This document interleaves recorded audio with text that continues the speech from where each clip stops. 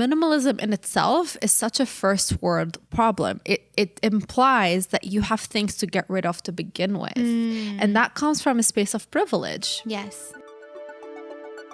Welcome to the Conscious Economics Podcast. I'm your host, Rhiannon Roseland. I'm a serial entrepreneur and social innovator. I like to gather people from all different walks to talk about what I call the conscious economy. I believe that we can create a more equitable system, one that honors the well-being of people, the well-being of the planet, the well-being of business, and includes art and creativity.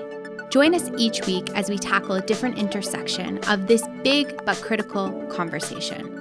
Hello, everyone, and welcome back to the Conscious Economics Podcast. I am your host, Rhiannon Roseland, and I'm joined today, of course, by Aseel. Everyone in our community knows Aseel, our in-house financial therapist. And today we are activating that profit pillar, and we're talking about, I don't even know, what is it today? I didn't tell you, but it's such a cool thing. Yes. Luxurious minimalism. Luxurious minimalism. I don't even know what that means. So please. So let me tell you the story of how it even came about. I was actually coaching a client who had such disparities in her desires and her values, or so it appeared at least.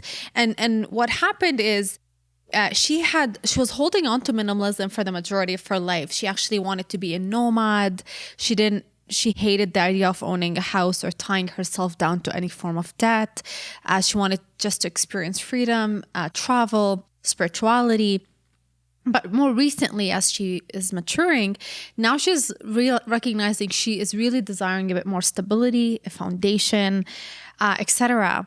And she's starting to recognize that like some of the desires that are recently coming up for her are now appearing combative with the values that she's held so strongly onto. So when I deal with something like this, we're technically dealing with a polarity. Like you're literally experiencing what you perceive to be wanting two things at opposite ends at the same time. Right.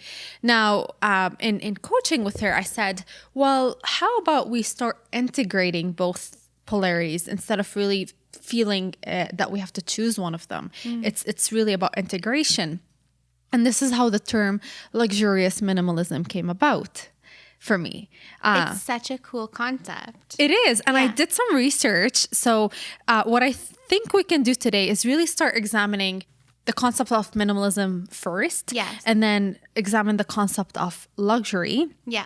And see how we can merge them. And I actually have steps for people who are intrigued by this concept, who would like to adopt it into their lives, to how you can actually go about in applying luxurious minimalism in your life. That's so cool. So I have my own qualms around minimalism because I am really attracted to the idea of minimalism, but I am just someone who loves I'm a collector and I like to have a lot of things. Yes. And so I remember watching this Netflix show that came out and it was about these super cool minimalists and they had one leather jacket and they lived in a tiny home and I thought they were so cool, but at the same time it made me feel overwhelmed knowing I'm never going to be able to do that. I could never have a tiny home. I just have too much stuff. Yeah. So it's interesting for me to explore how you would because it's not a minimalism. one size fit all, and there's actually a spectrum to minimalism to begin with. Okay. The concept of minimalism, actually, I was surprised to find that out. It started in the arts and music scene. I didn't realize that's where it started in the 1960s, exactly. But then it eventually evolved into a style, and in its simplest form, it simply means having fewer elements to create the maximum effect of these elements. Okay. That's the simplest form to look into minimalism. And what that essentially means is stripping your life away from things that don't add real value. So it's not about getting rid of the things you love. If you want 10 leather jackets in different colors, because that really brings you value, then I'm so allowed to have that. Then you're okay. you're allowed to have that. All for right. sure. Well, if Aseel says we're allowed. Well, for me, it's all about the combination of intentionality and also making sure that your decisions are in alignment with your overall financial health and wellness. So you're not making decisions that, put you further in debt or push your goals further away. Yeah. It's just about aligning your values with these purchases and being intentional about them. So a lot of the times, though, we're making decisions from either an impulsive space or to fill a void or to numb a feeling that's not comfortable. 100%. So this is where like financial therapy comes in play and highlighting these areas further. Yeah. But it's not about not getting things, and it's not about depriving ourselves from the things we really want, because that's a different problem in itself, essentially.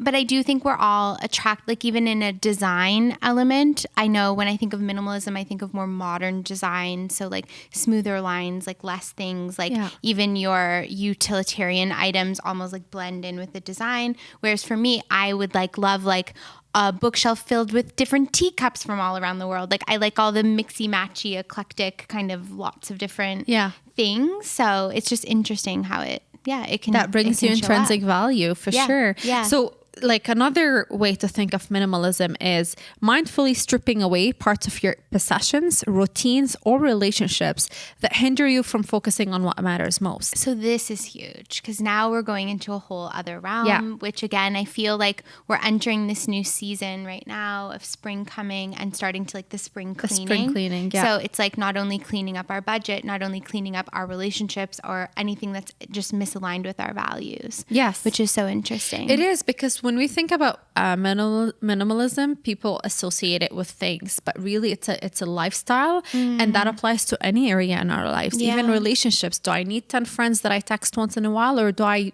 care more about deeper connections with maybe 3 or and every person is different in their needs, but these are questions you get to ask and rearrange your life based on. But one of the things that came up for me as I was reflecting on that is that minimalism in itself is such a first world problem. It implies that you have things to get rid of to begin with, and that comes from a space of privilege. Yes, it does. Well, it absolutely does. And I think that more and more I feel as a society, we're sort of shifting towards looking at things through this more minimalist lens of being able to really understand what can I do without, and how can I, step back. Even when we look at our carbon footprint, how do we take less of the resources of the world and still be able to live an abundant, happy life? So I think it's showing up in all kinds of spaces and places, but absolutely it's a privilege to be able to say how do I pare down all this stuff I have? Yeah. And I do want to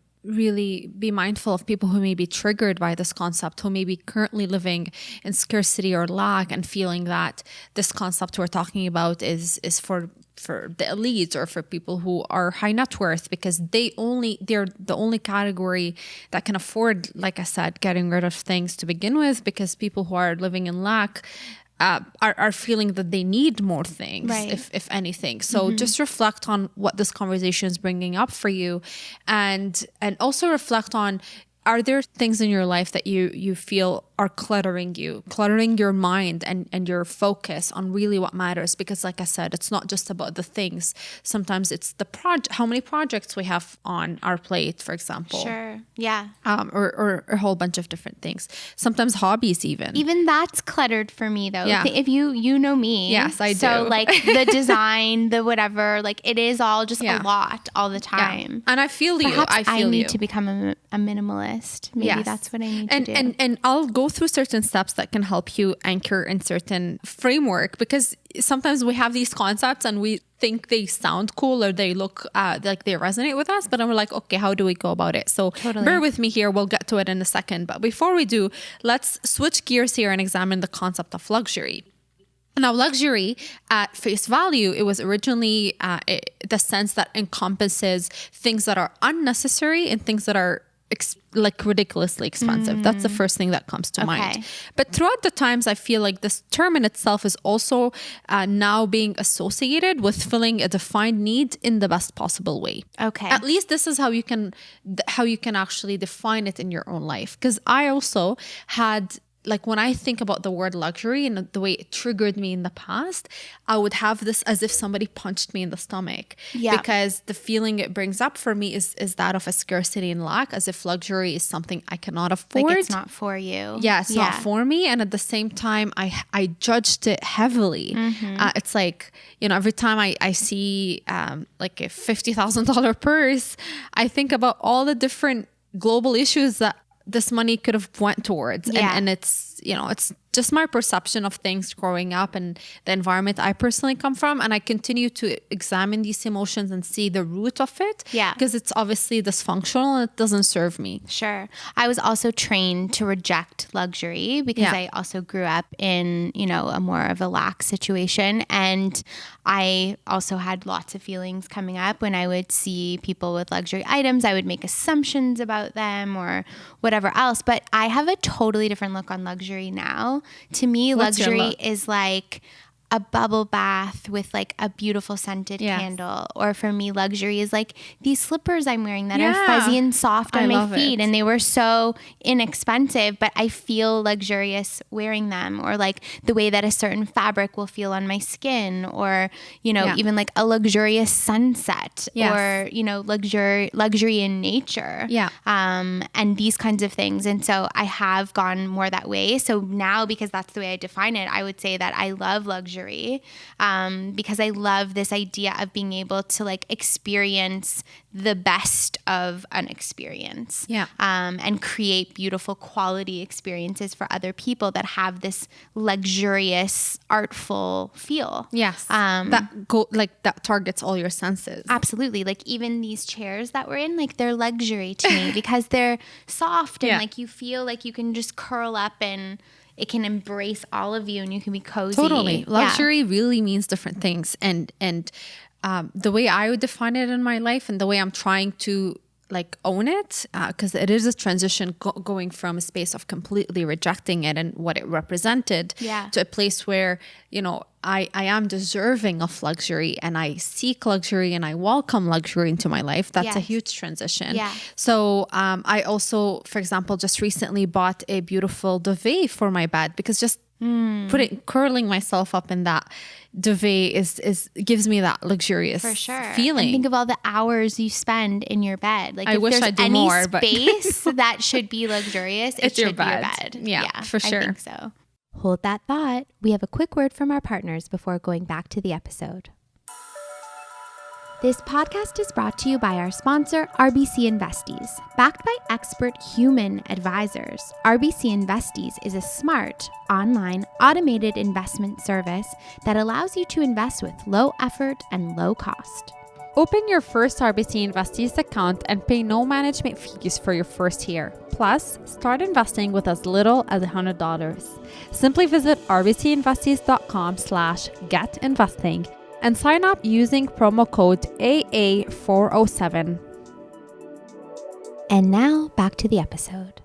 So now we explored minimalism, we explored a bit of luxury. Let's bring these two concepts together. So how does luxurious minimalism work? In essence, if minimalism, it's meant to create space in your life, it's to strip down your life and create that space.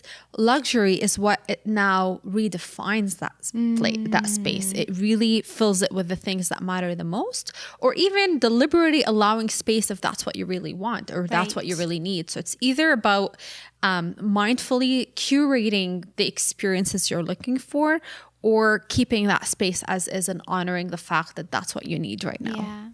So essentially, minimalism uses luxury to solidify its foundation is how I'd like to think about it.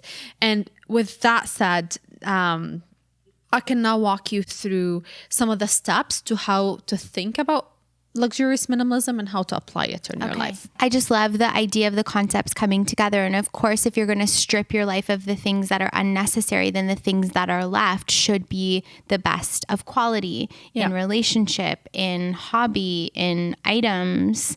It makes a lot of sense. Yeah, absolutely. So the first step is to make the decision that luxurious minimalism is a lifestyle that you want to adopt. And by that, you reflect on what are your priorities, what really matters to you, what are your values, what are the things that you love, and what are the goals and what you're hoping to have out of that. And when you really make that decision, it's important to reflect on some of the positive experiences or why you should even opt for this option. I'll give you 3 primary reasons or 3 primary potential outcomes that you may expect if you adopt luxurious minimalism. The first is when you streamline your life, which leads to less clutter, it leads to a higher ability to focus. How many of us are struggling with focus right now?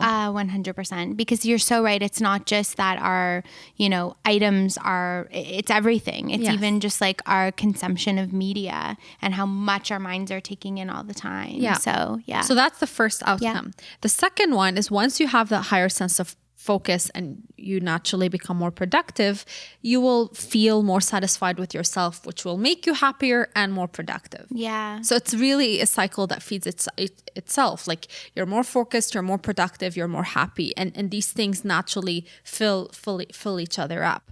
And lastly, the last positive outcome to expect is obviously enhanced quality of life, enhanced overall well-being. So this is why it's important to the first step is to make that decision and reflect on all these outcomes that can be resulted as a way of adopting this lifestyle. So after you make that decision, the second step in this framework is to plan for it, to plan what the next steps are. And what that means is start having a goal in mind, like start thinking about where do I want to start applying this? Do I want to start applying it in my home, in my relationships, in my closet? Maybe depending on the kind of person you are, maybe you want to take baby steps. Start maybe with your closet and expand it to your home, or start with your kitchen and then go to another room. You may take on different ways in how you plan for that, but it's important to plan because sometimes when we overwhelm ourselves with a change rapidly, we also start losing a sense of why we're doing it, and it becomes way too overwhelming. Like when you watch, I love a rapid, overwhelming change, just to really set myself off on a rough sea. I just love it. I love to be like, okay, we're doing it tomorrow, and then like smash everything out the door. And I don't know why. That's probably another strange neuroses that you can help me uncover in another episode. Well, I guess maybe part of you fears that if you don't do it right away all at once, then you may not do it. You just never get to it. So it's potentially stemming from a bit of insecurity and fears, which are natural things that come up anytime we're facing a change, no matter who you are. Yeah, absolutely. So it's just understanding the magnitude of this fear you're experiencing so you can control how to go about that transition, because it's not easy. Even when that transition is desirable and planned, right? It's never easy to go through it. No, it isn't. Yeah, but that's why sometimes we go through these radical things that end up sabotaging our success. Yes. So after, while you're planning, start thinking about how are you going to go about doing it? Like if, let's say we're talking about furniture, are you going to post it on certain groups? Are you going to sell it? Are you going to donate it? So that's the third step into this framework. You're either trashing, you're donating, or you're selling these items. So you start planning accordingly. What am I trashing? What am I selling? What am I donating? And really ask yourself, my husband always asks me, because sometimes I struggle getting rid of things. He literally holds it up in front of me. He's like, does this item bring you joy? And does it bring you ridiculous amount of joy? Right. Because if it's not a hell yes, then it's going out of the door. Right. That's how he helps me with that decluttering process. And that's a good question to ask, and that is hard because I'm also someone who, once you start going through everything, for a second it has a sentimental value. You're like, oh yeah, this whole thing, let's keep that for a rainy day or whatever. You never end up looking at it again. It's kind of what it seems. Yeah. And the last step of this framework is curating. And what that means is after you've successfully minimized let's say your physical space is the example we're using here, then you can look back at what stayed, and that represents what truly holds value for you. And the reason this step is really important, because not only now are you able to further enhance your enjoyment and overall well-being, but now you can use that as a framework for future decisions, like for future buying decisions that you're going to make, or future any type of reference points you want to have. You think about this process you've just been through and evaluate your decisions accordingly. So this is really cool to kind of That's my favorite part. Yes. The curating part. Yes. It's all worth it in the end if we get to curate something Yes. special that we love. Yeah. It becomes a guide for your future purchases. So it really helps you in your life to focus on the quality, not the quantity of things. And I know that this can be very challenging right off the bat, because a lot of the times these items that we're buying, we talked about this bias in the past, like the sunk cost bias, is that when we've put certain money towards something, we're really like the loss aversion. We have such a hard time feeling that this is we're letting go of it, because it represents loss in a way. But if you're framing it with this intentionality from the get-go, going through this framework, going through the decision, the planning, etc., then you're really doing this intentionally, so it doesn't feel like a loss. No one is coming and stripping this away from you. It's an empowered decision that you are now making with knowing the outcomes in sight and going along the way to achieve that. I love this whole concept, Aseel, and you just came up with this, and I feel like it applies so well to where we're moving as a society. Like I said, when we think about building a more conscious economy, adopting these new ways of being is really what it's all about. And it's not just about money, it's about curating your life so that you really get the most out of life, and you're able to experience and not just have all this unnecessary stuff that's in the way, whether that be energetically, whether that be in your physical space, relationships, or even through work. It's just such a, I'm gonna do this. I'm gonna look into doing it.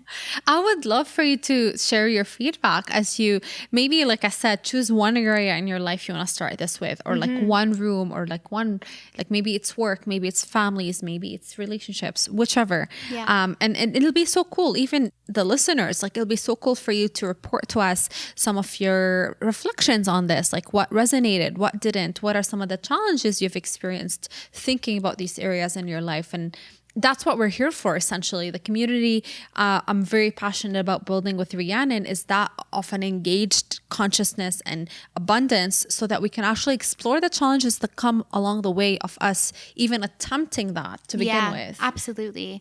I think that that's so well said. So thank you to all of you that are tuning in today.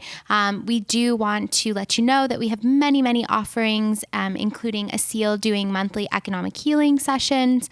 So you can check out all of that at consciouseconomics.ca if you want to access some of this work for yourself. And like always, we hope you tune in again next week for another episode. Take care. Bye. This podcast is brought to you by CPP Investments. At CPP Investments, they never lose sight of the long term. They invest the Canadian Pension Plan Fund to help provide financial security for generations of Canadians. They diversify the CPP fund across geographies and asset classes to access the best investment opportunities and generate sustainable long-term returns. The fund is now more than $400 billion. To learn more about their investment performance for Canadians, visit cppinvestments.com.